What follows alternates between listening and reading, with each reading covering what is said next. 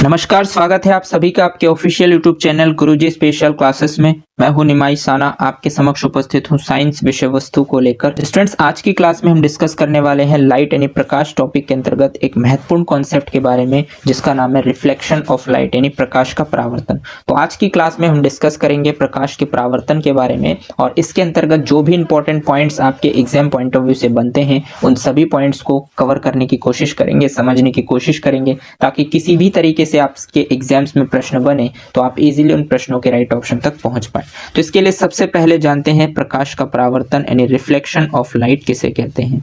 तो आपको पता होगा वैसे कि प्रकाश का परावर्तन क्या होता है, लेकिन मेरा कार्य है आपको एक बार और बताना कि परावर्तन वास्तव में किसे कहते हैं। तो अगर आप परावर्तन को समझना चाहते हैं तो आप इजीली बता सकते हैं कि प्रकाश का किसी सतह से टकराकर लौट आना परावर्तन कहलाता है। यानी कि प्रकाश का किसी सतह से, यानी कोई भी सतह हो सकता है, उससे टकराकर जब वो वापस लौट आता है तो उसी कंडीशंस को हम परावर्तन कहते हैं, मतलब उसको हम रिफ्लेक्शंस कहते हैं। अब परावर्तित होकर आपका लाइट आता है, इसलिए इसको कहा जाता है प्रकाश का परावर्तन। तो कहने का मतलब बहुत ही साधारण है कि जब कोई प्रकाश किसी सतह से टकराकर वापस उसी माध्यम में लौट आता है तो इस कंडीशंस को हम परावर्तन यानी रिफ्लेक्शंस कहते हैं। अब यहाँ पर अगर प्रकाश वापस आ जाए तो उसको हम बोलेंगे प्रकाश का परावर्तन।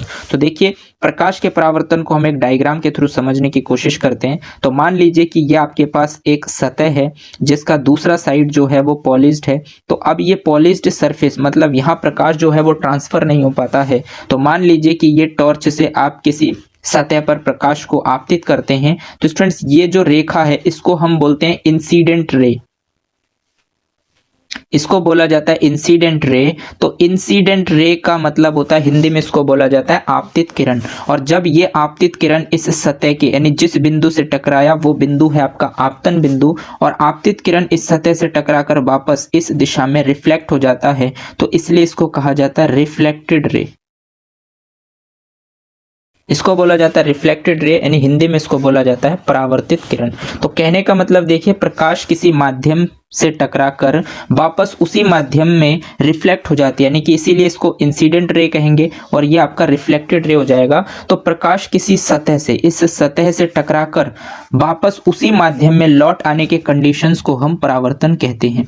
उम्मीद करता हूं कि परावर्तन को आप वास्तविक रूप से समझ पाए कि प्रकाश का परावर्तन क्या होता है। तो प्रकाश के परावर्तन में प्रकाश किसी माध्यम से टकराकर वापस उसी माध्यम में जब रिटर्न आता है, लौट कर आता है, तो उसी कंडीशंस को हम परावर्तन यानी रिफ्लेक्शन कहते हैं। तो ये लाइट के केस में होता है, इसलिए इसको हम रिफ्लेक्शन ऑफ लाइट कहते हैं, नहीं प्रकाश का परावर्तन कहते हैं। अब स्टूडेंट्स, यहाँ पर प्रकाश के परावर्तन से रिलेटेड कुछ नियम बनते हैं। तो इसमें दो ही नियम है जिसे हम प्रकाश के परावर्तन का नियम कहते हैं, तो उसको भी समझते हैं। देखिए, जब प्रकाश इस माध्यम से टकराकर, यानी कि इस आपतन बिंदु से टकराकर इसी माध्यम में रिफ्लेक्ट हुआ, तो इसमें एक नियम तो आपका बनता है स्टूडेंट्स की इंसिडेंट रे, मतलब जिसको हिंदी में बोला जाता है आपतित किरण, और दूसरा होता है आपका रिफ्लेक्टेड रे, जिसको हम कहते हैं परावर्तित किरण। और ये जो आप डॉट डॉट डॉट लाइन देख रहे हैं स्टूडेंट्स, ये होता है आपका अभिलंब। यानी अभिलंब का मतलब वो होता है स्टूडेंट जो किसी भी सतह से 90 डिग्री का कोण बनाता है। तो अगर आप देखेंगे तो ये अभिलंब जो है इस सतह से 90 डिग्री का कोण बनाता है। तो सतह से जो 90 डिग्री का कोण जिसका होता है उसको हम अभिलंब कहते हैं। तो अब प्रकाश के परावर्तन के नियम में अगर आपसे कभी भी प्रकाश के परावर्तन के नियम की बात की जाए तो उसमें दो पॉइंट आपको ध्यान रखने हैं। एक तो ये ध्यान रखना है कि प्रकाश के परावर्तन के नियम के अंतर्गत इसमें इंसिडेंट रे मतलब आपतित किरण और परावर्तित किरण एवं अभिलंब तीनों एक ही मीडियम में उपस्थित होते हैं, मतलब ये तीनों एक ही माध्यम में होते हैं। दूसरा माध्यम इसका क्या है, पॉलिश्ड है, मतलब ये वाला सरफेस आपका पॉलिश्ड है। तो एक ही मीडियम में आपको इंसिडेंट रे भी देखने को मिलेगा, अभिलंब भी देखने को मिलेगा और रिफ्लेक्टेड रे भी देखने को मिलेगा। ठीक, तो पहला नियम तो ये कहता है कि आपतित किरण, अभिलंब और परावर्तित किरण तीनों एक ही माध्यम में उपस्थित होते हैं। अब इसके अंतर्गत दूसरा नियम बनता है स्टूडेंट, जैसे आपका ये इंसिडेंट रे है, आपतित किरण है, तो इस आपतित किरण ने आपके अभिलंब के साथ जो कोण बनाया, इस कोण को हम कहते हैं एंगल आई। मतलब एंगल आई का मतलब इसको बोला जाता है हिंदी में आपतित कोण, या इंग्लिश में बोला जाता है इंसिडेंट रे। और जो आपका अभिलंब रिफ्लेक्टेड रे के साथ जो कोण बनाता है स्टूडेंट्स, ये वाला जो कोण होता है इसको बोला जाता है रिफ्लेक्टेड एंगल, यानी कि एंगल आर। तो यहाँ पर आपतित कोण और परावर्तित कोण दोनों का मान हमेशा समान होता है, यानी इक्वल होता है। जितने डिग्री का आपका आपतित कोण होगा उतने ही डिग्री का आपका परावर्तित कोण होगा। इसीलिए आपसे क्वेश्चंस न्यूमेरिकल में भी पूछा जाता है कि कोई प्रकाश किसी सतह पर 30 डिग्री के कोण पर टकराता है तो उसका परावर्तित कोण कितने का होगा। तो मान लीजिए कि अगर एंगल आई की वैल्यू आपका 30 डिग्री है तो सीधा सीधा आपको परावर्तन का नियम बताता है कि एंगल आई और एंगल आर आपस में इक्वल होता है। तो अगर एंगल आई 30 डिग्री का कोण बना रहा है अभिलंब के साथ तो एंगल आर भी 30 डिग्री का ही कोण बनाएगा। तो सीधा सीधा सिंपल सा मतलब इसी डायग्राम से आप समझ पाए कि प्रकाश का परावर्तन क्या होता है। मतलब प्रकाश किसी सतह से जब टकरा कर वापस लौट आती है उसी मीडियम में तो इसी कॉन्सेप्ट को हम बोलते हैं परावर्तन यानी रिफ्लेक्शन। अब इसके अंतर्गत दो नियम बनते हैं जिसको हम परावर्तन के दो नियम कहते हैं। तो परावर्तन के दो नियम में एक नियम बनता है कि आपतित किरण, अभिलंब और परावर्तित किरण तीनों एक ही माध्यम में उपस्थित होते हैं। और दूसरा जो पॉइंट बनता है नियम में वो सबसे ज्यादा इंपॉर्टेंट और वो ये है कि इसमें आपतित कोण और परावर्तित कोण का मान हमेशा समान होता है। और ये बहुत ही इंपॉर्टेंट फैक्ट स्टूडेंट्स, क्योंकि यहाँ से सिंपली न्यूमेरिकल आपके एग्जाम्स में बन सकते हैं। तो इसलिए इस नियम को ध्यान रखेंगे, दोनों ही नियम इंपॉर्टेंट है। और इसमें angle I equal to angle R होता है, ये आप जरूर ध्यान रखेंगे।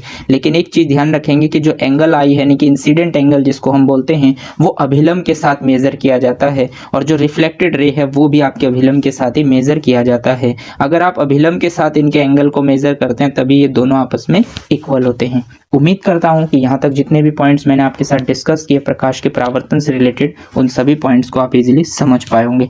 चलिए आगे बढ़ते हैं और समझते हैं नेक्स्ट पॉइंट आपसे क्या कहता है। तो नेक्स्ट पॉइंट आपका स्टूडेंट्स की परावर्तन में आपतन का कोण और परावर्तन का कोण हमेशा समान होता है। देखिए मैंने अभी आपको बताया ये अभिलंब के साथ आपतित किरण का एंगल आई है और ये अभिलंब के साथ परावर्तित किरण का एंगल आर है और ये हमेशा समान होते हैं। मतलब आप ध्यान रखेंगे एंगल आई इक्वल टू होता है हमेशा एंगल आर। तो ये आपका पहला नियम है जिसको हम नियम के आधार पर काउंट करते हैं। तो ध्यान रखेंगे परावर्तन में यानी रिफ्लेक्शन में आपतन का कोण होता है एंगल आई और परावर्तन का कोण एंगल आर हमेशा समान होता है। समान का मतलब यहाँ पर ये आपस में इक्वल होते हैं। ये पहला पॉइंट जो मैंने अभी आपको बताया है परावर्तन के कॉन्सेप्ट में कि परावर्तन का अगर आपसे नियम पूछा जाए तो परावर्तन के नियम में आपसे ये पूछा जा सकता है, तो इसको ध्यान रखेंगे। इसके अंतर्गत नेक्स्ट पॉइंट आपका जो बनता है स्टूडेंट्स वो ये है कि आपतित किरण, परावर्तित किरण और अभिलंब तीनों समान तल में उपस्थित होते हैं। ये दोनों ही कंडीशन स्टूडेंट्स आपके नियम है।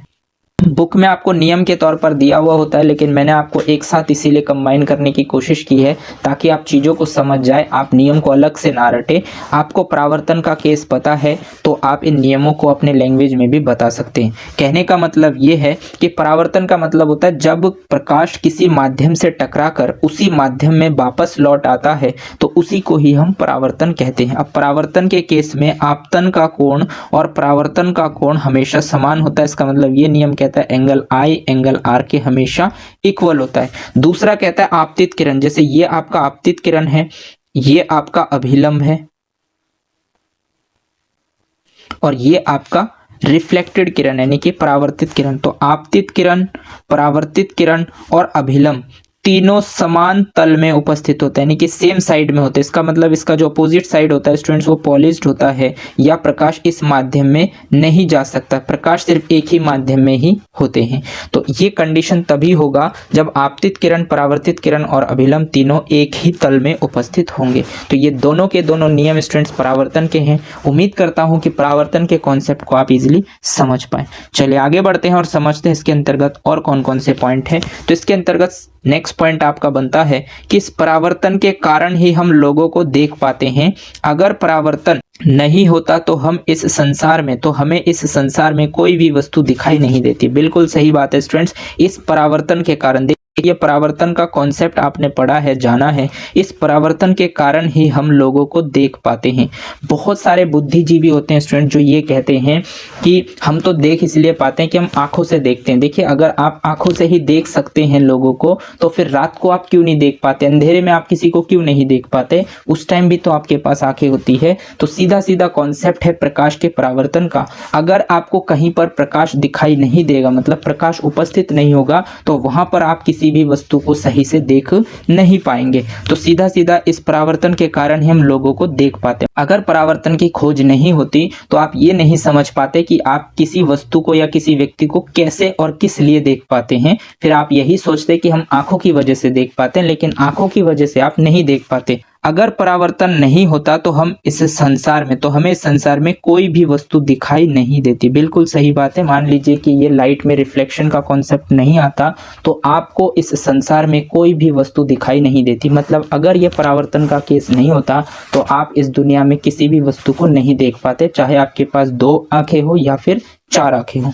तो उम्मीद करता हूं कि आप परावर्तन के कॉन्सेप्ट को इजीली समझ पाए हैं। अब नेक्स्ट पॉइंट आपका बनता है स्टूडेंट्स कि दर्पण से होने वाला परावर्तन। देखिए ये बहुत ज्यादा इंपॉर्टेंट है स्टूडेंट्स, क्योंकि क्वेश्चन जो आपके ऑब्जेक्टिव बनते हैं वो यहाँ से मैक्सिमम पूछे जाते हैं कि दर्पण से होने वाला परावर्तन, यानी कि जो ये परावर्तन का केस आपने जाना है, परावर्तन के नियम को आपने जाना है, इसके कॉन्सेप्ट को आपने समझा है, इनसे रिलेटेड दर्पण से कैसे इनका परावर्तन होता है, यानी कि कैसे दर्पण से रिफ्लेक्शन होता है। तो सबसे पहले स्टूडेंट्स हम जानेंगे दर्पण, यानी कि जिसको इंग्लिश में बोला जाता है मिरर। तो सबसे पहले हम समझेंगे कि मिरर हम किसे कहते हैं, दर्पण हम किसे कहते हैं। तो इसके अंतर्गत जो पॉइंट है स्टूडेंट्स वो ये है कि कांच के दूसरे सतह को जब सिल्वर के लेप या अन्य विधि से बंद कर दिया जाता है तो ऐसी स्थिति में उस कांच को दर्पण कहते हैं। देखिए दर्पण हम कहते हैं कांच को, आपने देखा होगा, लेकिन वो कांच, उस कांच को हम दर्पण कहेंगे जिसकी दूसरी सतह यानी जिसके दूसरे सरफेस को आप सिल्वर के लेप से यानी सिल्वर से कोटेड कर देंगे, मतलब उसको पॉलिश्ड कर देंगे, उस पर सिल्वर का लेप लगा देंगे या अन्य किसी विधि से आप उसको बंद कर देंगे।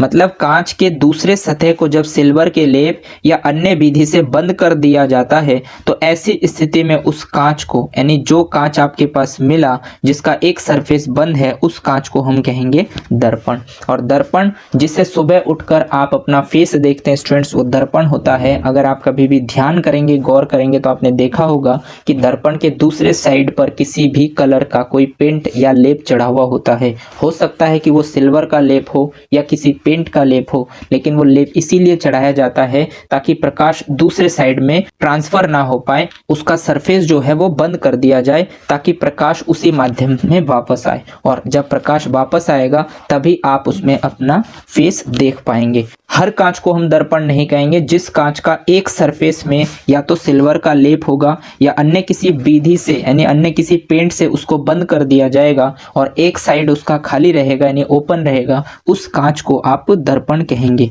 चलिए आगे बढ़ते हैं और देखते हैं नेक्स्ट पॉइंट आपका है स्टूडेंट्स, दर्पण के कितने प्रकार होते हैं। अगर आपसे पूछा जाए तो आप बताएंगे कि दर्पण 3 प्रकार के होते हैं। यानी 3 प्रकार कौन कौन से? तो इसमें 3 प्रकार में सबसे पहला होता है स्टूडेंट्स समतल दर्पण, जिसको कहा जाता है। यानी समतल दर्पण, इसका एक सरफेस तो ओपन है और दूसरा सरफेस जो इसका बंद है, यानी कि इस पर किसी ना किसी या तो सिल्वर की लेप है या किसी पेंट की लेप की गई है जिसके माध्यम से इसके दूसरे सरफेस को बंद कर दिया गया है। तो ये जो सरफेस आप देख पा रहे हैं स्टूडेंट्स, इसको कहा जाता है समतल दर्पण। इसी तरीके से नेक्स्ट होता है आपका, नेक्स्ट जो डायग्राम में आप देख पा रहे हैं, ये जो दर्पण है स्टूडेंट्स, इसका देखिए ये साइड आपका पॉलिश्ड है, मतलब इस सरफेस को किसी लेप से बंद कर दिया गया है और इसका दूसरा साइड जो है वो ओपन है। तो इस सरफेस को ओपन किया गया है। तो ये ओपन वाला जो सरफेस है स्टूडेंट्स, ये आप देख पा रहे हैं धंसा हुआ, ठीक। तो ध्यान रखेंगे यहाँ पर इसको हम बोलेंगे अवतल दर्पण। अव मीन्स शब्द जो होता है स्टूडेंट्स, अव का मतलब होता है धंसा होना। तो अगर आप अवतल दर्पण की बात करेंगे तो अवतल दर्पण हमेशा धंसा हुआ होता है, यानी कि अगर कोई धंसा हुआ सरफेस है तो उसको हम कहेंगे अवतल दर्पण। इसी तरीके से जो तीसरा डायग्राम आप देख पा रहे हैं स्टूडेंट्स, ये जो सरफेस है आपका, इसमें देखिए धंसे हुए साइड आपकी बार पॉलिश्ड की गई है और इसका जो उभरा हुआ साइड है वो ओपन है, यानी कि ये साइड आपका ओपन है। तो ये ओपन साइड जो है वो उभरा हुआ है, इसलिए इसको कहा जाता है उत्तल दर्पण। तो ध्यान रखेंगे स्टूडेंट्स, दर्पण 3 प्रकार के होते हैं, जिसमें एक होता है आपका समतल दर्पण, दूसरा होता है आपका अवतल दर्पण और तीसरा होता है उत्तल दर्पण। अब समतल दर्पण क्या होते हैं? तो समतल दर्पण यानी कि जिसको हम अंग्रेजी में कहते हैं प्लेन मिरर।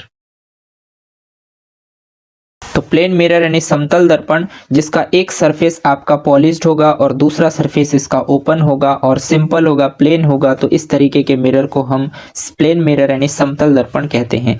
अब दूसरा होता है स्टूडेंट्स जो गोलाकार होते हैं। अब गोलाकार में दो टाइप होते हैं, एक होता है अंदर की ओर धंसा हुआ, जो अंदर की ओर धंसा हुआ होगा उसको हम कहेंगे अवतल दर्पण। अवतल दर्पण इसीलिए कहा जाता है क्योंकि अव शब्द का मतलब ही होता है धंसा होना, तो जो सरफेस अंदर की ओर धंसा हुआ होता है उसको अवतल दर्पण कहते हैं। अंग्रेजी में इसको कहा जाता है कॉनकेव मिरर।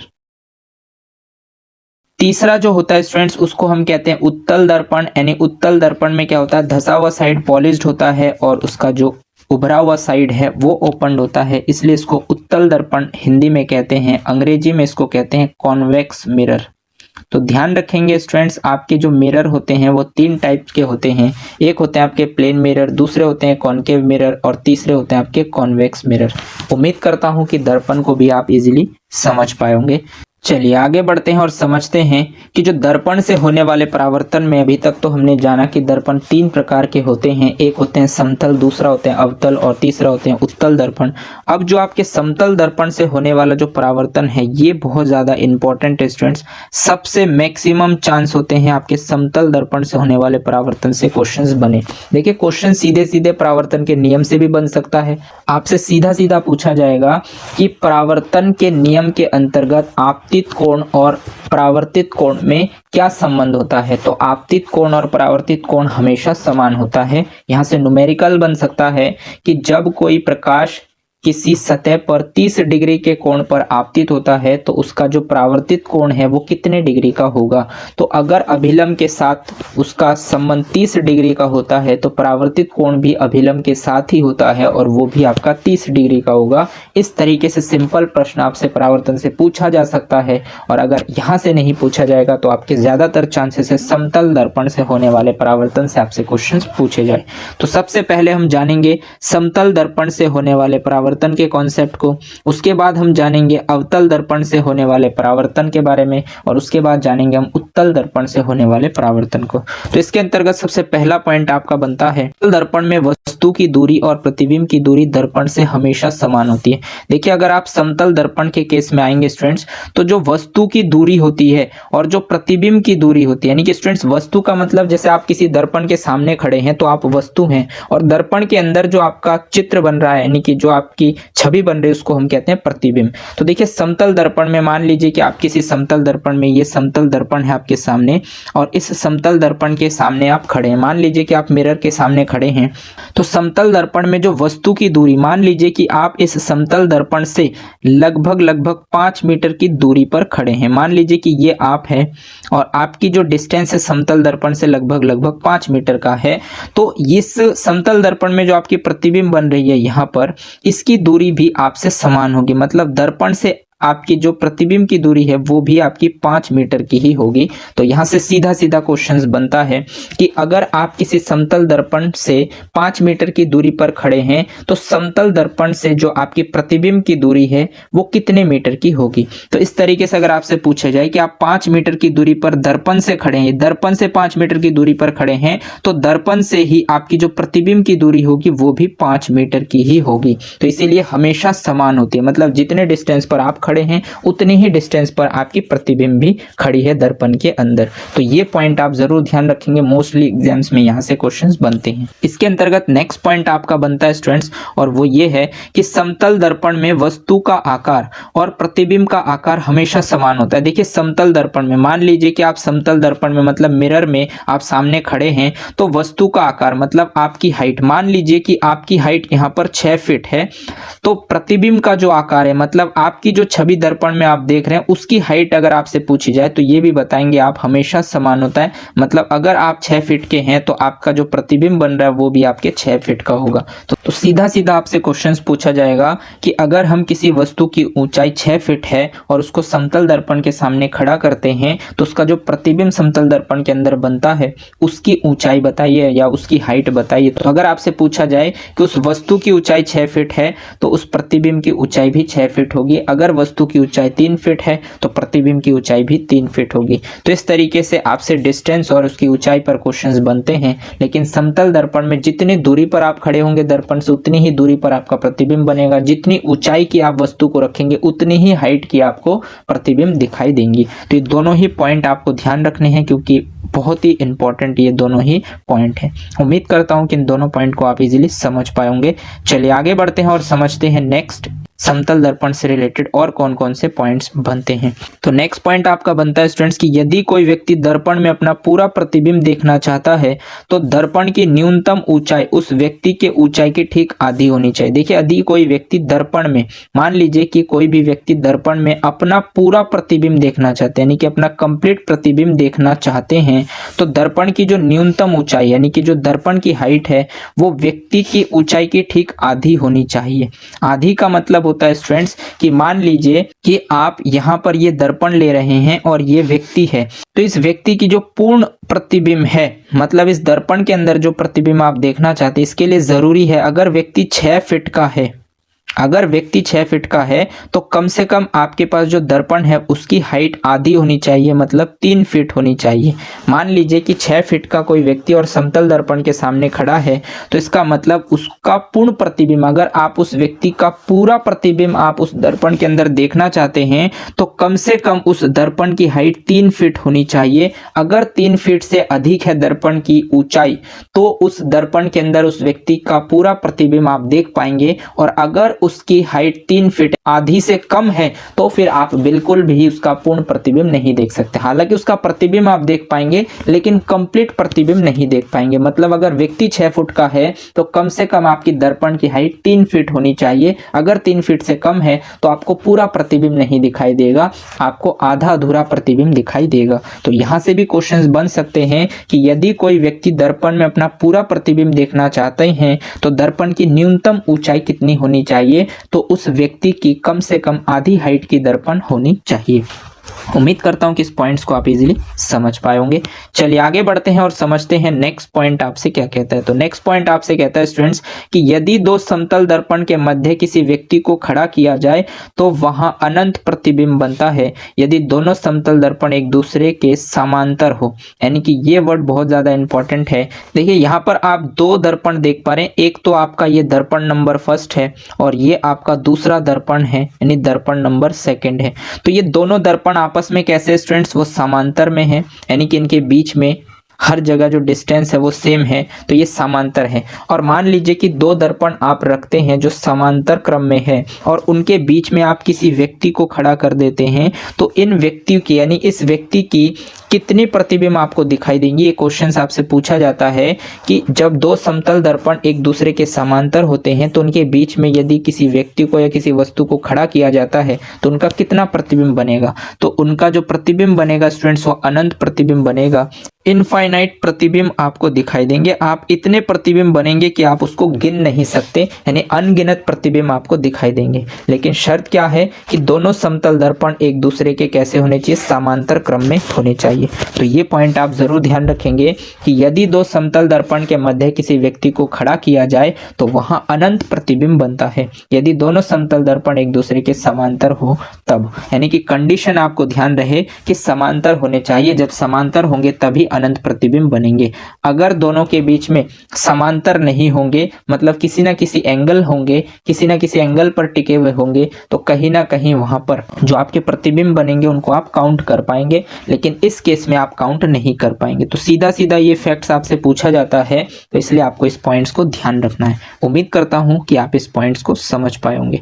चलिए आगे बढ़ते हैं और देखते हैं नेक्स्ट पॉइंट आपसे क्या कहता है। तो नेक्स्ट पॉइंट आपसे कहता है स्टूडेंट्स कि यदि 2 समतल दर्पण एक दूसरे से थीटा कोण पर स्थित हो तो बनने वाले प्रतिबिंबों की संख्या। देखिए अभी आपने पढ़ा है कि 2 समतल दर्पण एक दूसरे के समांतर क्रम में रखे हुए हैं, तो उनके बीच में अगर मैं किसी वस्तु को रख दूं तो उसके कितने प्रतिबिंब बनेंगे, तो आप बताएंगे इनफाइनाइट प्रतिबिंब बनेंगे। लेकिन यहाँ पर दूसरा कॉन्सेप्ट आता है आपका कि यदि 2 समतल दर्पण एक दूसरे से थीटा कोण पर स्थित है तो बनने वाले प्रतिबिंबों की संख्या यानी कितने प्रतिबिंब बनेंगे। तो देखिए थीटा कोण, अगर थीटा कोण आता है तो आपको फॉर्मूला ध्यान रखना है, n बराबर होता है स्टूडेंट 360 बटे थीटा। इस फॉर्मूले से आप कैलकुलेट कर सकते हैं, यानी कि एक फॉर्मूला है, इस फॉर्मूले से आप प्रतिबिंबों की संख्या कैलकुलेट कर सकते हैं। लेकिन उसके लिए कुछ कंडीशंस हैं, जैसे मान लीजिए यहाँ पर दो समतल दर्पण है, एक समतल दर्पण आपका ये है और दूसरा समतल दर्पण आपका ये है, और दोनों समतल दर्पण एक दूसरे से 120 डिग्री के कोण पर रखे हुए, यानी थीटा बराबर 120 है।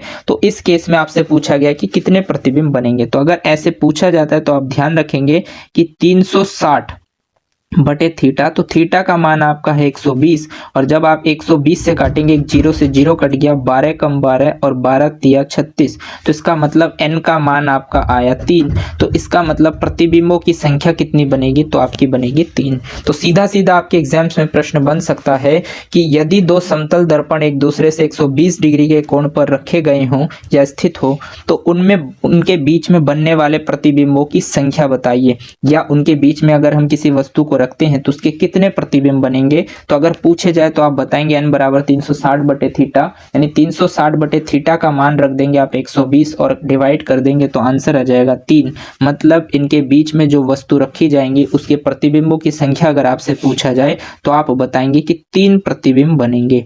इसलिए इस क्वेश्चन का राइट ऑप्शन हो जाएगा आपका ऑप्शन नंबर 3।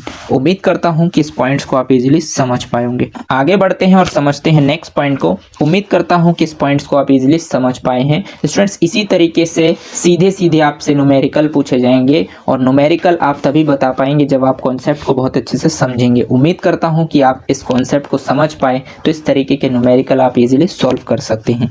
चलिए आगे बढ़ते हैं और देखते हैं नेक्स्ट पॉइंट आपका क्या कहता है। तो नेक्स्ट पॉइंट आपसे कहता है स्टूडेंट्स कि परंतु यदि n का मान सम संख्या है तो उसमें से एक घटाया जाएगा। मतलब ये एक इंपॉर्टेंट नोट है स्टूडेंट्स, आप ध्यान रखेंगे कि अगर आपका n का मान, यानी कि n की वैल्यू अगर सम संख्या आती है, यानी सम का मतलब होता है स्टूडेंट्स, मान लीजिए कि n की वैल्यू है आपकी 2, 4, 6, 8, तो ये तो आपको पता है 2, 4, 6, 8 ये सभी सम संख्याएं हैं। अगर ऐसा आता है n का मान तो उसमें से एक घटाया जाएगा, यानी एक को हम घटा देंगे, यानी उस n की वैल्यू से एक घटा देंगे। कहने का मतलब यह है कि प्रतिबिंबों की जो संख्या बनेगी वो हमेशा विषम में बनेगी। जैसे अभी पिछले क्वेश्चन में आपने देखा कि एंगल थीटा बराबर 120, तो जैसे आपने 120 से 360 को काटा तो आंसर आया 3। 3 एक विषम संख्या, इसलिए सीधा सीधा आंसर 3 आया। लेकिन अगर एंगल के मान को चेंज कर दिया जाए, जैसे इस क्वेश्चन में मान लीजिए कि एक आपका समतल दर्पण 1 है और ये दूसरा समतल दर्पण है, लेकिन एक दूसरे से 90 डिग्री के कोण पर रखे गए हैं, तो अगर आपसे पूछा जाए कि इस केस में प्रतिबिंबों की संख्या बताइए कितनी होगी। मान लीजिए कि यहाँ पर आप किसी वस्तु को या किसी व्यक्ति को खड़ा कर देते हैं, और एक तो आपके पास समतल दर्पण है, दूसरा समतल दर्पण है, और 90 डिग्री के कोण पर दो समतल दर्पण रखे हुए हैं, तो इनके प्रतिबिंबों की संख्या कितनी होगी अगर आपसे पूछा जाए, तो आप वैल्यू रखेंगे n बराबर 360 बटे में 90। तो 90 का मतलब एक जीरो से एक जीरो कट गया, 9 से कट जाएगा, 9 चौका 36, तो n बराबर आएगा 4। लेकिन n का मान कभी भी सम संख्या नहीं होगा। अगर सम संख्या आता है तो उसमें से एक घटाया जाएगा, मतलब 4 में से एक घटा देंगे तो n का मान निकलेगा फिर आपका 3। तो इसका मतलब यहाँ पर जो व्यक्ति या वस्तु अगर आप रखेंगे और जो एक दूसरे से 90 डिग्री पर दो समतल दर्पण रखे हैं, तो यहाँ पर जो व्यक्ति या वस्तु की जो संख्या होगी वो लगभग 3 प्रतिबिंब आपको दिखाई देंगे। तो ध्यान रखेंगे स्टूडेंट्स, जो मैंने आपको फॉर्मूला बताया है n बराबर 360 बटे में थीटा, ये फॉर्मूला आपका तभी काम करेगा जब आपका n का मान विषम संख्या होगा। और अगर विषम संख्या नहीं आता है, कोई भी सम संख्या आता है, तो उसको आपको विषम बनाना होगा। उसके लिए आप उसमें से एक माइनस करेंगे। तो सीधा सीधा आप ध्यान रखेंगे कि n का मान हमेशा एक विषम संख्या ही होंगे। इसके लिए मैंने दो उदाहरण के माध्यम से आपको समझाने की कोशिश की है। एक बार मैंने थीटा की वैल्यू 120 रखा है और दूसरी बार मैंने थीटा की वैल्यू 90 रखा है। उम्मीद करता हूं कि इस कॉन्सेप्ट को आप इजीली समझ पाए हैं। अगर इस तरीके से प्रश्न पूछे जाते हैं आपके एग्जाम्स में तो आप इजीली बता सकते हैं। चलिए आगे बढ़ते हैं और समझते हैं नेक्स्ट पॉइंट और लास्ट पॉइंट आपके समतल दर्पण से। तो नेक्स्ट पॉइंट और लास्ट पॉइंट आपका स्टूडेंट्स कि समतल दर्पण से बनने वाला प्रतिबिंब सदैव आभासी और सीधा बनता है। देखिए समतल दर्पण से जो प्लेन मिरर होता है स्टूडेंट्स, इससे बनने वाला जो प्रतिबिंब होता है, यानी कि जो इमेज होता है, वो सदैव, सदैव का मतलब होता है हमेशा, आभासी मतलब आपको आभासी दिखाई देगा और सीधा दिखाई देगा। मतलब जो भी प्रतिबिंब आप देखेंगे समतल दर्पण के अंदर वो आपको आभासी मतलब आभास करेगा, एग्जैक्टली वही चीज नहीं होंगे, उसका प्रतिबिंब आपको दिखाई देगा जो आभासी होगा और प्रतिबिंब हमेशा सीधा बनेगा। तो ये पॉइंट भी आपसे पूछा जाता है कि समतल दर्पण में बनने वाला प्रतिबिंब किस प्रकार का होता है, तो आभासी होता है और प्रतिबिंब हमेशा सीधा बनता है। तो इस पॉइंट्स को भी ध्यान रखेंगे। तो उम्मीद करता हूं स्टूडेंट्स कि परावर्तन का जो कॉन्सेप्ट मैंने आपको बताया दर्पण से रिलेटेड 3 प्रकार के आपके दर्पण होते हैं, उसमें समतल दर्पण में जो भी परावर्तन के कॉन्सेप्ट बन सकते हैं उन सभी पॉइंट्स को मैंने आपको समझाने की कोशिश की है। उम्मीद करता हूं कि सभी पॉइंट्स आपको इजीली समझ आ गए होंगे, लेकिन फिर भी अगर कोई डाउट्स है तो आप मुझे कमेंट सेक्शन में जाकर कमेंट कर सकते हैं। और इन टॉपिक से रिलेटेड जब हम प्रैक्टिस सेट को सॉल्व करेंगे तब आपको रियलाइज होगा कि जो भी पॉइंट्स मैं आपके साथ डिस्कस कर रहा हूँ ये कितने इंपॉर्टेंट है और किस तरीके से ऑब्जेक्टिव सवाल एग्जामिनर के द्वारा बनाए जाते हैं। चलिए आगे बढ़ते हैं और देखते हैं नेक्स्ट पॉइंट आपसे क्या कहता है। तो नेक्स्ट पॉइंट आपसे कहता है स्टूडेंट्स अवतल दर्पण से होने वाला परावर्तन। देखिए परावर्तन यानी रिफ्लेक्शन का जो केस है वो अब की बार अवतल दर्पण से है। तो अवतल दर्पण से होने वाला परावर्तन, अवतल दर्पण से किस तरीके से परावर्तन होता है इस चीज को भी जानेंगे।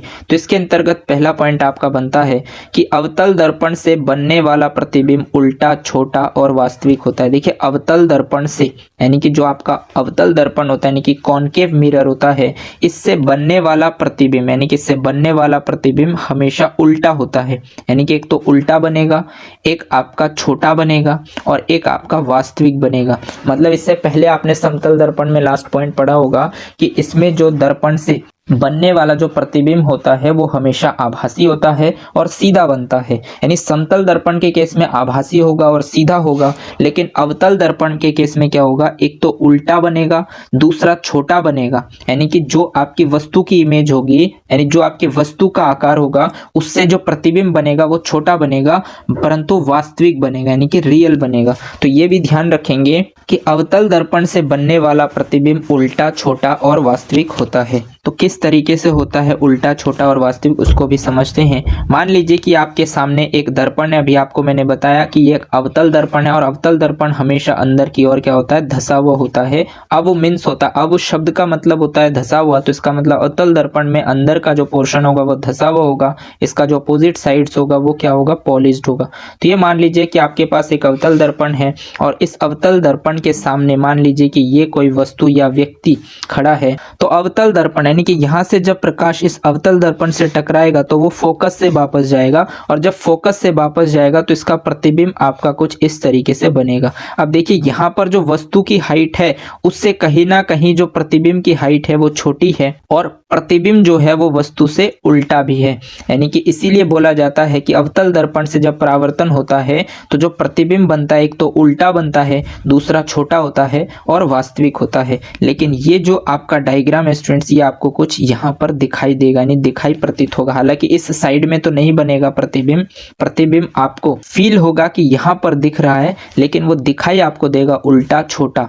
और इसीलिए बोला जाता है कि अवतल दर्पण से जब परावर्तन होता है तो जो प्रतिबिंब बनता है वो उल्टा बनता है, छोटा बनता है और वास्तविक प्रतिबिंब बनता है। तो ये ध्यान रखेंगे स्टूडेंट्स कि अवतल दर्पण के केस में ही सिर्फ प्रतिबिंब वास्तविक बनता है, बाकी दोनों ही केस में जब आप उत्तल दर्पण पढ़ेंगे और जो आपने समतल दर्पण पढ़ लिया है इसमें जो आपका प्रतिबिंब बनेगा वो हमेशा आभासी होगा। सिर्फ अवतल दर्पण के केस में ही वास्तविक होता है। तो उम्मीद करता हूं कि अवतल दर्पण से होने वाले परावर्तन को भी आप इजीली समझ पाएंगे। चलिए आगे बढ़ते हैं और समझते हैं नेक्स्ट पॉइंट आपके अवतल दर्पण से होने वाले परावर्तन के अंतर्गत है कि यदि किसी वस्तु को अवतल दर्पण के सामने ध्रुव और फोकस के मध्य रखा जाए तो प्रतिबिंब सीधा और वस्तु से बड़ा होता है। इसीलिए इस स्थिति में इसका उपयोग दाढ़ी बनाने के लिए किया जाता है। देखिए मान लीजिए कि यह आपके पास जो दर्पण है यह आपका है अवतल दर्पण। आपको पता है अवतल दर्पण अंदर की ओर धसा हुआ होता है। अभी आपने पढ़ा अवतल दर्पण जो है इस सतह से जिस पॉइंट पर मिलते हैं वो तो आपका ध्रुव होता है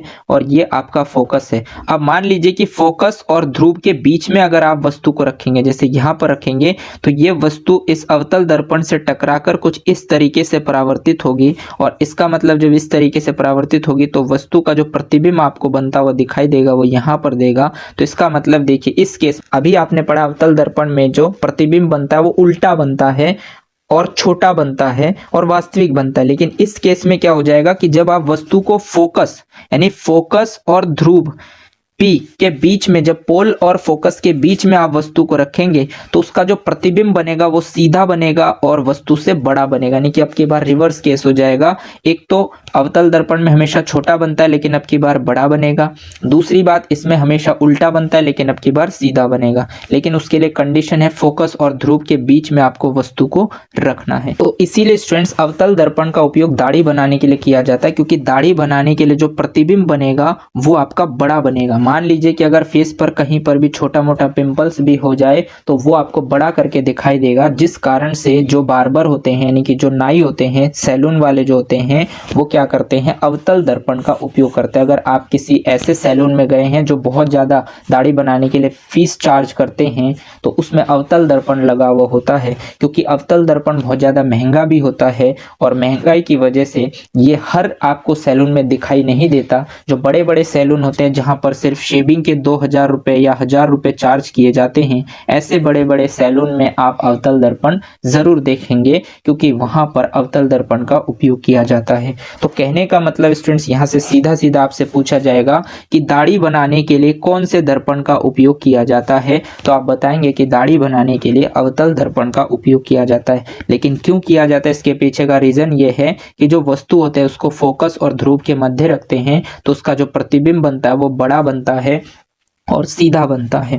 इसी वजह से आप दाढ़ी बनाने के लिए इस अवतल दर्पण का उपयोग करते हैं। उम्मीद करता हूं कि इस पॉइंट्स को आप इजीली समझ पाएं। स्टूडेंट्स, ये जो पॉइंट्स है बहुत ज़्यादा इंपॉर्टेंट है। अगर आपको ये कॉन्सेप्ट समझ में आया तो इसके उदाहरण भी आपको ध्यान रहेंगे और आप कभी भी कंफ्यूज नहीं होंगे। अगर आप चीज़ों को रटेंगे तो आप कंफ्यूज हो जाएंगे कि अवतल दर्पण का यूज दाढ़ी बनाने के लिए करते हैं या उत्तल दर्पण का। तो मैंने जो आपको कॉन्सेप्ट समझाया, उम्मीद करता हूँ कि इस कॉन्सेप्ट के माध्यम से आप कभी भी ये चीज़ नहीं भूलेंगे कि अवतल दर्पण का यूज कब किया जाता है। तो यहाँ से जो सीधे सीधे क्वेश्चंस पूछे गए वो ये पूछे गए उदाहरण से कि दाढ़ी बनाने में किस दर्पण का उपयोग किया जाता है, तो आपको बताना है कि अवतल दर्पण का। तो इसलिए ध्यान रखेंगे, अवतल दर्पण से होने वाले परावर्तन में मैंने उदाहरण में आपको लिखवाया दाढ़ी बनाने में इसका उपयोग किया जाता है। तो दाढ़ी बनाने में इसका उपयोग इसीलिए किया जाता है क्योंकि ये जो प्रतिबिंब है उसको बड़ा करके दिखाता है। दूसरा उदाहरण आपका स्टूडेंट्स, नाक कान दांत की जांच में डॉक्टर द्वारा इसका उपयोग किया जाता है। ये भी बहुत ज्यादा इंपॉर्टेंट स्टूडेंट्स मोस्टली एग्जाम्स में पूछे जाते हैं। नाक कान और दांत के डॉक्टर होते हैं या जो डेंटिस्ट होते हैं वो कौन से दर्पण का प्रयोग करते हैं, या जो आपके नाक कान के डॉक्टर होते हैं वो कौन से दर्पण का प्रयोग करते हैं। तो आपको पता है कि नाक और कान के मध्य या दांत में अगर कोई चीज दिक्कत करे तो उसको देखने के लिए डेंटिस्ट इस मिरर का उपयोग इसीलिए करता है क्योंकि उसका प्रतिबिंब बड़ा बन के दिखाई देता है, तो डेंटिस्ट को हेल्प मिलता है। तो इसलिए नाक कान और दांत के जो डॉक्टर होते हैं वो अवतल दर्पण का उपयोग करते हैं। इस पॉइंट्स को भी आप ध्यान रखेंगे। नेक्स्ट पॉइंट आपका स्टूडेंट्स की गाड़ियों के हेडलाइट में, आपको पता होगा स्टूडेंट्स की जो गाड़ी का हेडलाइट होता है उसमें भी एक दर्पण लगा हुआ होता है, तो वो भी आपका अवतल दर्पण ही होता है। तो ध्यान रखेंगे, गाड़ियों की हेडलाइट में अवतल दर्पण का उपयोग किया जाता है। और इसी तरीके से आपने कभी टॉर्च देखा होगा तो टॉर्च में भी अवतल दर्पण का उपयोग किया जाता है, क्योंकि आपको पता है कि टॉर्च के अंदर का जो सिस्टम अगर आपने कभी खोला हो तो कुछ इस तरीके से होता है। इसका मतलब अंदर की ओर धंसा हुआ और यहाँ से आपका प्रकाश निकलता है। तो ये धंसा हुआ भाग आपको पता है, धंसने को अव कहा जाता है, तो इसका मतलब अवतल दर्पण। तो ध्यान रखेंगे कि टॉर्च में भी अवतल दर्पण का प्रयोग किया जाता है। जो गाड़ियों के हेडलाइट होते हैं वो भी स्टूडेंट्स अंदर की ओर धंसे हुए होते हैं, टॉर्च की तरह ही होते हैं। इसका मतलब उसमें जो दर्पण यूज हुआ होगा वो भी अवतल दर्पण होगा। तो उम्मीद करता हूं कि ये चारों एग्जाम्पल आप अच्छे से समझ पाए। तो यहाँ से सीधे सीधे आपको पॉइंट्स पूछे जाते हैं कि दाढ़ी बनाने के लिए कौन से दर्पण का प्रयोग किया जाता है, तो आप बताएंगे अवतल दर्पण का। या नाक के डॉक्टर कौन से दर्पण का उपयोग करते हैं, कान के डॉक्टर या दांत के डॉक्टर कौन से दर्पण का उपयोग करते हैं, तो आप बताएंगे अवतल दर्पण का। अगर आपसे पूछा जाए कि गाड़ियों की हेडलाइट में कौन सा दर्पण होता है तो आप बताएंगे कि अवतल दर्पण होता है। टॉर्च में कौन सा दर्पण लगा हुआ होता है तो आप बताएंगे अवतल दर्पण होता है। उम्मीद करता हूं कि अवतल दर्पण से होने वाले परावर्तन को आप इजीली समझ पाए होंगे। चलिए आगे बढ़ते हैं और समझते हैं नेक्स्ट पॉइंट आपसे क्या कहता है। तो नेक्स्ट पॉइंट आपसे कहता है स्टूडेंट्स कि उत्तल दर्पण से होने वाला परावर्तन, यानी कि उत्तल दर्पण से किस प्रकार के परावर्तन होते हैं। अभी तक हमने समतल दर्पण और अवतल दर्पण देख लिया, अब हम पढ़ेंगे उत्तल दर्पण से होने वाला परावर्तन। तो उत्तल दर्पण से होने वाले परावर्तन में पहला पॉइंट है कि उत्तल दर्पण से बनने वाला प्रतिबिंब सीधा छोटा और आभासी होता है। देखिए सीधा बनता है, इसमें प्रतिबिंब छोटा बनता है और आभासी बनता है। यानी कहने का मतलब मान लीजिए कि ये आपके पास एक उत्तल दर्पण है जिसका अंदर का भाग पॉलिश्ड है, यानी धसा हुआ भाग पॉलिश्ड है, तो इसका अपोजिट भाग जो है वो आपका दर्पण का कार्य कर रहा है और वो आपका है उत्तल दर्पण, क्योंकि उभरा हुआ साइड इसका प्लेन है। तो ये आपका उत्तल दर्पण है और उत्तल दर्पण के सामने अगर आपने किसी वस्तु को खड़ा किया है तो इसका प्रतिबिंब जो है वो आपको दिखाई देगा यहाँ पर, जो कि होगा सीधा लेकिन वस्तु से हमेशा छोटा होगा। और ये जो दर्पण, ये जो प्रतिबिंब आप देख पा रहे हैं ये आपका आभासी होगा, मतलब वास्तविक नहीं होगा। तो ध्यान रखेंगे कि अवतल दर्पण के केस में ही प्रतिबिंब आपके वास्तविक होते हैं। इसके अलावा जितने भी केस आप देखेंगे, चाहे वो समतल दर्पण का हो या फिर उत्तल दर्पण का, हमेशा आभासी होंगे। तो ये पॉइंट आप ध्यान रखेंगे, यहाँ से क्वेश्चंस इसीलिए मैक्सिमम पूछे जाते हैं। तो ध्यान रखेंगे स्टूडेंट्स कि उत्तल दर्पण से बनने वाला प्रतिबिंब हमेशा सीधा होगा, छोटा होगा और आभासी होगा। सिर्फ अवतल दर्पण के केस में वास्तविक प्रतिबिंब बनता है। चलिए नेक्स्ट पॉइंट और लास्ट पॉइंट हम उत्तल दर्पण के परावर्तन, जो आपके लिए बहुत ज़्यादा इंपॉर्टेंट स्टूडेंट्स, मोस्टली एग्जाम्स में ये इस पॉइंट से क्वेश्चंस पूछा जाता है, क्योंकि उत्तल दर्पण में एक ही उपयोग बहुत ज़्यादा इंपॉर्टेंट और वो यही है कि उत्तल दर्पण का उपयोग वाहनों में साइड मिरर के रूप में किया जाता है। यानी कि उत्तल दर्पण का उपयोग भी आपको वाहनों में देखने को मिलता है, लेकिन उत्तल दर्पण आपको साइड मिरर में देखने को मिलता है। क्योंकि जो आप देखते हैं, जो कार है या फिर जो बाइक है, इसमें जो साइड मिरर होता है, इन साइड मिररों में जो दर्पण लगे हुए होते हैं, इन दर्पण को हम कहते हैं कॉन्वेक्स मिरर। यानी कॉन्वेक्स मिरर के ये दर्पण होते हैं जो क्या करते हैं, इनका दृष्टि क्षेत्र बहुत बड़ा होता है। देखिए इनका दृष्टि क्षेत्र सबसे बड़ा होता है। अगर आप समतल दर्पण, अवतल दर्पण और उत्तल दर्पण देखेंगे तो सबसे बड़ा जो दृष्टि क्षेत्र होता है स्टूडेंट्स, वो उत्तल दर्पण का होता है। इसीलिए इसका उपयोग साइड मिरर में किया जाता है। साइड मिरर में इसीलिए किया जाता है स्टूडेंट्स, क्योंकि आपने देखा कि ये जैसे वाहन है, मान लीजिए कि इसके साइड मिरर में उत्तल दर्पण का यूज इसीलिए किया जाता है क्योंकि उत्तल दर्पण में इसमें पीछे से अगर कोई वाहन, जैसे कोई बस या ट्रक आता हुआ आपको दिखता है, तो वो जो बस है उसका आकार इतना बड़ा होता है, तो उस बड़े से आकार को छोटा करके दिखाया जाता है। इसीलिए उत्तल दर्पण में जो प्रतिबिंब बनता है वो हमेशा छोटा बनता है। और दूसरा, इसमें सीधा बनता है और आभासी होता है। मतलब इसमें आप डिस्टेंस कैलकुलेट नहीं कर सकते कि कितनी दूरी पर है, लेकिन आपको पता है कि एक ट्रक या जो एक बस का आकार होता है वो इतना बड़ा होता है, क्या वो इस दर्पण में आ सकता है? तो बिल्कुल भी नहीं आ सकता। इसका मतलब उस बड़े से भाग को छोटा करके दिखाया जाता है। इसीलिए जो आपके वाहन होते हैं उसमें साइड मिरर में उत्तल दर्पण का उपयोग किया जाता है, ताकि इसका दृष्टि क्षेत्र बड़ा हो जाए।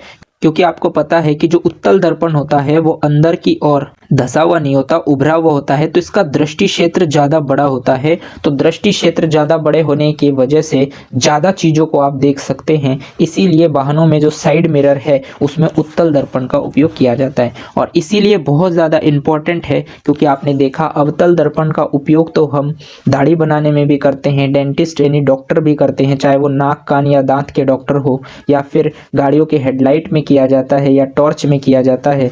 लेकिन उत्तल दर्पण का यूज सिर्फ और सिर्फ एक ही जगह किया जाता है और वो किया जाता है आपके साइड मिरर में। तो इसीलिए ये पॉइंट्स बहुत ज़्यादा इंपॉर्टेंट बनता है। मोस्टली एग्जाम्स में यहाँ से क्वेश्चन पूछे जाते हैं। अगर उत्तल दर्पण से क्वेश्चन पूछा गया और उदाहरण से, तो यही पूछा जाएगा कि वाहनों में साइड मिरर में कौन सा दर्पण लगा हुआ होता है, तो आपको बताना है कि उत्तल दर्पण लगा हुआ होता है। और उत्तल दर्पण लगाने के पीछे का कारण होता है क्योंकि इसका दृष्टि क्षेत्र सबसे बड़ा होता है। तो उम्मीद करता हूँ कि स्टूडेंट्स उत्तल दर्पण, अवतल दर्पण और समतल दर्पण के केस में जो परावर्तन का कॉन्सेप्ट है वो आप इजीली समझ पाए। उम्मीद करता हूं कि यहाँ तक जितने भी पॉइंट्स मैंने आपके साथ डिस्कस किए उन सभी पॉइंट्स को आप इजीली समझ पाए। लेकिन फिर भी अगर कोई डाउट्स आपके मन में बनता है तो आप मुझे कमेंट सेक्शन में जाकर कमेंट कर सकते हैं। मैं कोशिश करूंगा कि आपके डाउट्स को क्लियर करूं। आज के लिए बस इतना ही। अगर आपको ये क्लास अच्छी लगी हो तो इसे लाइक कीजिए, अपने दोस्तों के साथ शेयर कीजिए, और अगर आपने चैनल को सब्सक्राइब नहीं किया है तो चैनल को सब्सक्राइब कर लीजिए, बेल आइकन को भी प्रेस कर दीजिए, ताकि इसी तरीके के बेनिफिशियल वीडियो जब भी मैं आपके लिए बनाऊं तो आपको टाइम टू टाइम नोटिफिकेशन मिलते रहें। धन्यवाद। जय हिंद।